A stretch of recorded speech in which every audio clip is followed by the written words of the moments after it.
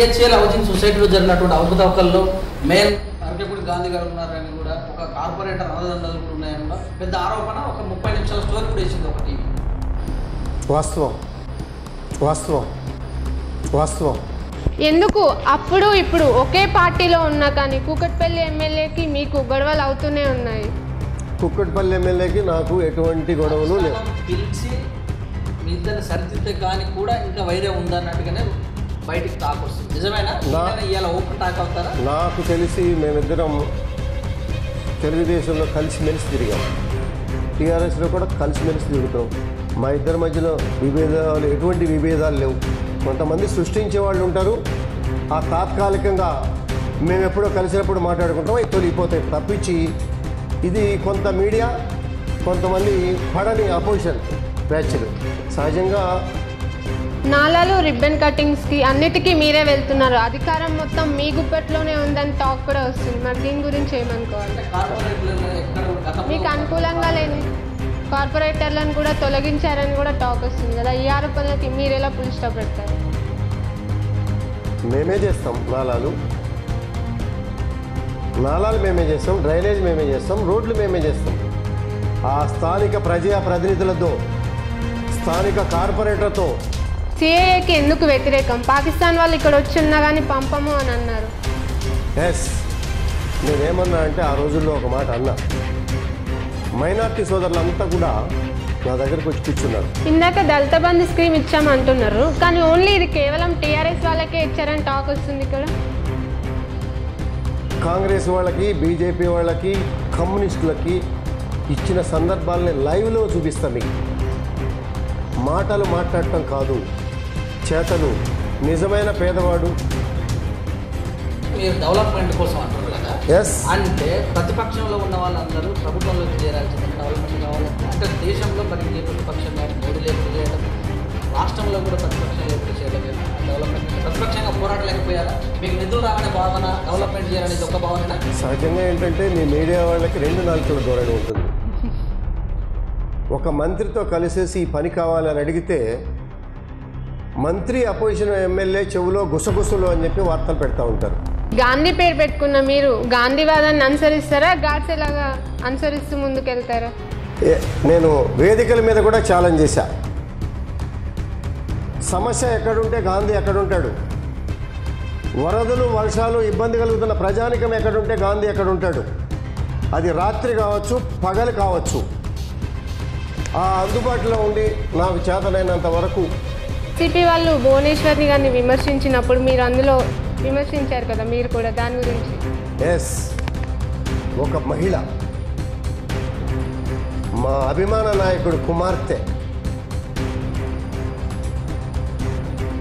నీ కొడుకు ఎవరికి పుట్టారో తెలియనని మాట్లాడినటువంటి దుర్మార్గులకు ఒక ఎన్టీఆర్ కుమార్తె అని కాకుండా ఏ మహిళని ఆ పదజాలాలతో దూషించిన స్పందించే స్వభావం నాది. సో ఒక భువనేశ్వర్ జరిగినప్పటికీ అంతమందికి గాంధీ ఎందుకు స్పందించలేదు? మహిళ పైన జరిగింది. కుల సంఘాల అధ్యక్షులు అని అంటే ఏంటి? ఇతర కులాలను విమర్శించటమా, ఇతర కులాలను దేశించటమా, ఇతర కులాలను కించపరచటమా? చంద్రబాబు నాయుడు అభిమాన నాయకుడు అన్నారు. అన్నలా మీరు పొరపాటు పడుతున్నారు. ఎన్టీ రామారావు గారు మా అభిమాన నాయకుడు అన్నా. ఓకే, అంతే తప్పించి నేను ఆ మాట అనలా. కానీ పార్టీ మారినా మీ మనసు మాత్రం అక్కడే ఉందని కూడా ఆరోపణలు వస్తున్నాయి ఇప్పటికి. ఆయనని అన్ని రూపాల్లో చూసుకున్నాం, ఇంకెవరిని చూసుకోలే. నేను చూసుకున్నాం. ఆ అభిమానం అలా పెరిగింది. రాజకీయాల్లోకి వచ్చారు. 83 ఏ రాష్ట్రంలో ఎన్నికలు జరిగిన ప్యాకేజ్ అంటారు కదా, మీరు మాత్రం మీరు విప్పుగా ఉండరు కదా. సో హుజురాబాద్లో ఈటల కోసం 600 కోట్లు ఖర్చు పెట్టి డెవలప్మెంట్ అంటే మీ ప్రభుత్వంలో ఉన్నటువంటి 7 సార్లు ఎమ్మెల్యే గెలిచినటువంటి ఈటలనే డెవలప్ చేయలేదని మీ పార్టీ వాళ్ళే అన్నారు. అప్పుడు 600 కోట్లు ఖర్చు పెట్టారు. దళిత బంధు మీరు గెలిచటం, దళిత బంధు తీసుకొచ్చి ఇప్పుడు కూడా మునుగోడులో జరుగుతుంటుంది కూడా కొత్త కొత్త పథకాలు తీసుకుంటారు. దీని ఎలా ఒక నియోజకవర్గానికి ఇన్ని 100 కోట్లు మీరు రాష్ట్రంలో ఉండి మీరు సీఎంగా ఉన్నటువంటి వారిగా ప్రకటిస్తే దేశంలో జరుగుతుంది ఇంతే కాదు. రావాల్సిన నిధులు కూడా ఇవ్వకుండా ఇబ్బంది పెడుతున్న పరిస్థితులు మీరు కళ్ళారా చూడలేదా? మా ముఖ్యమంత్రి గారి ప్రసంగాలు వింటలేదా? మా ముఖ్యమంత్రి గారు వేసిన ప్రశ్నలకు సమాధానం చెప్పలేని కేంద్ర కేబినెట్ ప్రధానమంత్రుల పరిస్థితి మీరు చూడలేదా? ఇరిగేషన్ గురించి మాట్లాడారు. సో కాళేశ్వరం అంత టెక్నాలజీతో కడితే కూడా ఎందుకు మునిగిపోయాల్సిన పరిస్థితి ఏర్పడ్డది. రెండవది కరెంటు ఎక్కువగా వాడుతున్నటువంటి ప్రాజెక్ట్, కరెంటు కోసం ప్రాజెక్టు శ్రీశైలం ఉంది, కరెంట్ ఉత్పత్తి అవుతుంది. నగర సాగర్ ఇంకేదైనా కరెంట్ ఉత్పత్తి అవుతే కొన్ని మెగావాట్లు అంటే 1 ఎకరాకు 20,000 కరెంటు ఖర్చు అయ్యే పరిస్థితి కూడా ఏర్పడుతుంది. దీన్ని డెవలప్మెంట్ అనాలా, దీన్ని టెక్నాలజీ అనాలా, దీన్ని విజ్ఞత అనాలా? మీరు ఒకటి ఆలోచించాలి. దేశంలో ఆనాటి నుంచి ఈనాటి వరకు ప్రభుత్వాలు దాన్ని ఏమంటారు, నాకు జోకులు రావు, వలగబోసిన కన్నీరు గారుస్తూ ఉంటారు, ముసలి కన్నీరు గారుస్తూ ఉంటారు. దేశానికి రాజే రైతు, రైతే రాజు. ఎలక్షన్లో జగన్కు సహకరించి చంద్రబాబు నాయుడుకి ఏదైతే గిఫ్ట్ ఇచ్చారో ఈసారి కూడా కేసీఆర్కి అదే గిఫ్ట్ ఇస్తారో అన్నది గుర్తు వస్తుంది. అంతేనేమంటే ఇక్కడ ఉన్నటువంటి చంద్రబాబు నాయుడు తోటి ఎవరైతే ఆత్మీయంగా ఉంటారో వాళ్ళందరినీ బీజేపీలోకి లాగే ప్రయత్నం కూడా చేస్తున్నారు. నిజమేనా? ఈ దాకా వచ్చింది ఈ వార్త? ఇవన్నీ మాకు సంబంధం లేదు. మాకు సహకరిస్తున్న పార్టీకి మేము సహకరిస్తాం. మాకు స్నేహహస్తం ఇచ్చినటువంటి పార్టీకి మేము సహకరిస్తాం.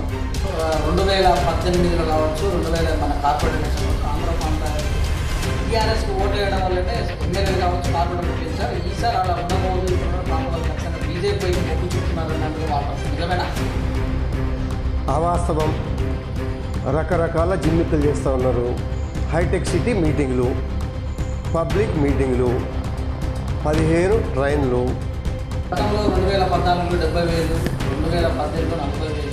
ఈసారి అరకెప్పుడు గాంధీ సేలింగ్లో అవుట్ అని ప్రతిపక్షాలు అనుకున్నాయి. ఈసారి ప్రత్యర్థులు కూడా మారే అవకాశం ఉంది. దీని ఎలా చూస్తారు? ప్రతిపక్షాల విషయంలో మీ పంద ఎలా అవుతుంది?